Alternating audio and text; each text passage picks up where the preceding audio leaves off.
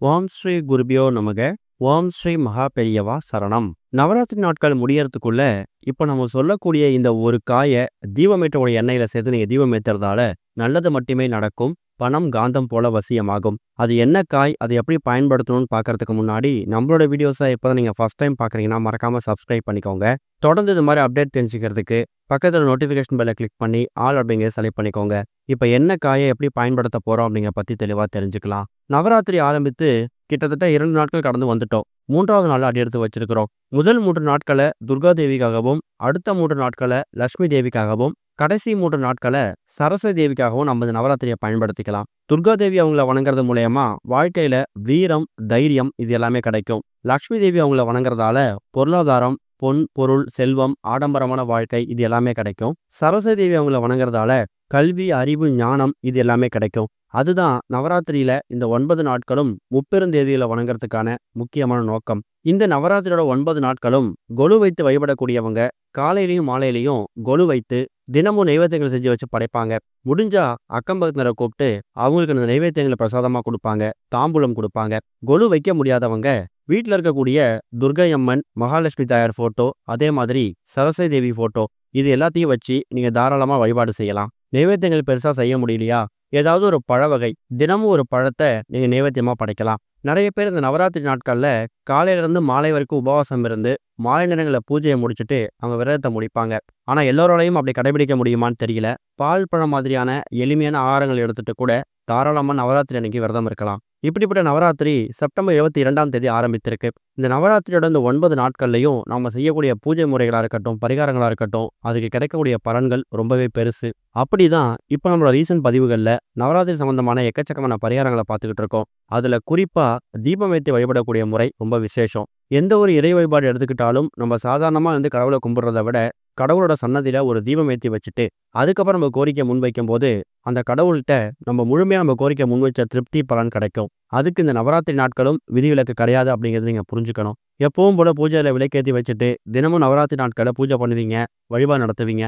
அது இல்லாம இப்ப நம்ம சொல்லக்கூடிய இந்த ஒரு காயை பயன்படுத்தி தீபம் ஏற்றக்கூடிய எண்ணெயில் அந்த காயை போடும்போது வீட்டுக்குள்ள லட்சுமி கடாட்சம் பெருகும். அது என்ன காய் அப்படின்னா மாசிக்காய். பொதுவாக இந்த மாசிக்காயை எங்க பயன்படுத்துவாங்கன்னா வரலட்சுமி நோன்பு அன்னைக்கு கலசம் தயார் செய்யறாங்கல்ல, அந்த கலசத்துக்குள்ள இந்த மாசிக்காயை போடுவாங்க.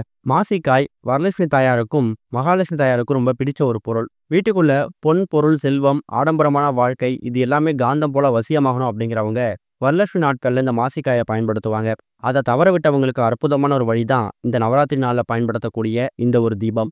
இந்த ஒரு தீபத்தை நீங்க பிரத்யேகமாக ஏற்றக்கூடிய தீபம் அப்படிங்கிறதால தினமும் நீங்க ஏற்றக்கூடிய தீபத்தையும் இதையும் போட்டு நீங்க குழப்பிக்க வேணாம். இப்போ நம்ம சொல்லக்கூடிய இந்த தீபத்தை நவராத்திரியோட எத்தனாவது நாள்ல இந்த பதிவை பார்க்குறீங்களோ அதுல இருந்து தினமும் ஏற்றலாம். இல்லை என்றைக்காவது ஒரு நாள் நவராத்திரியில ஒரு நாள் கூட இந்த தீபத்தை ஏற்றி வைக்கலாம். கூடுமான அளவுக்கு இந்த தீபத்தை தனியா பிரத்யேகமா ஒரு அகல்விளக்கு வச்சு ஏற்றலாம். அப்படி அகல்விளக்கு இல்லாதவங்க நீங்க தினமும் பயன்படுத்தக்கூடிய காமாட்சி விளக்குலையோ குபேர விளக்குலையோ கூட இதை போட்டு ஏற்றலாம். இந்த மாசிக்காய் நாட்டு மருந்து கடைகளில் ரொம்ப எளிதாக கிடைக்கும். பக்கத்தோடைய சூப்பர் மார்க்கெட்லையும் கிடைக்கும். அந்த மாசிக்காயை வாங்கிட்டு வந்துருங்க.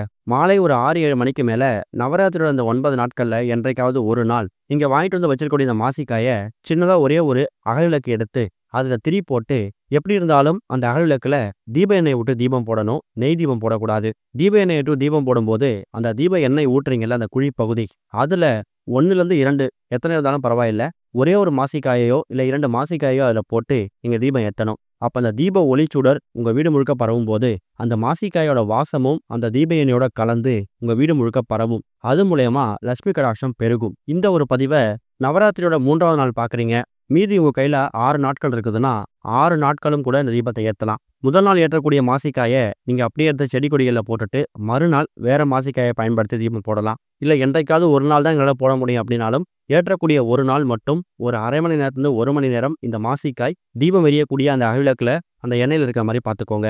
பார்க்கறது ரொம்ப சாதாரணமான தீபம் மாதிரி தெரியும். இந்த தீபத்தை ஏற்றி வச்சுட்டு மாசிக்காயோட கலந்து எரியக்கூடிய அந்த தீபம் உங்கள் வீடு முழுக்க பரவக்கூடிய அந்த நேரத்தில் துர்கா தேவியையும் மகாலட்சுமி தாயாரையும் சரஸ்வதி தேவியையும் மனசார பிரார்த்தனை பண்ணுங்க.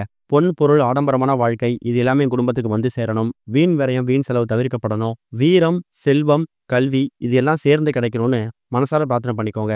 தீபம் எரிஞ்சு பிடிச்சதுக்கு அப்புறமா மறுநாளோ இல்லை அன்றைக்கு இரவோ கூட அந்த தீபத்துல போட்டிருக்கக்கூடிய அந்த மாசிக்காயை அப்படியே எடுத்து கால் படாத மாதிரி செடி கொடிகள்லையோ இல்லை தண்ணியிலையோ நீங்க விட்டுக்கலாம். நவராத்திரியில் இந்த 9 நாட்கள்ல என்றைக்காவது ஒரு நாள் இந்த மாசிக்காயை போட்டு தீபம் ஏற்றி பாருங்க. நல்ல முன்னேற்றம் கிடைக்கும். நம்பிக்கையோட பண்ணுங்க, நல்லதே நடக்கும். ஓம் ஸ்ரீ குருபியோ நமக. ஓம் ஸ்ரீ மகா பெரியவா சரணம்.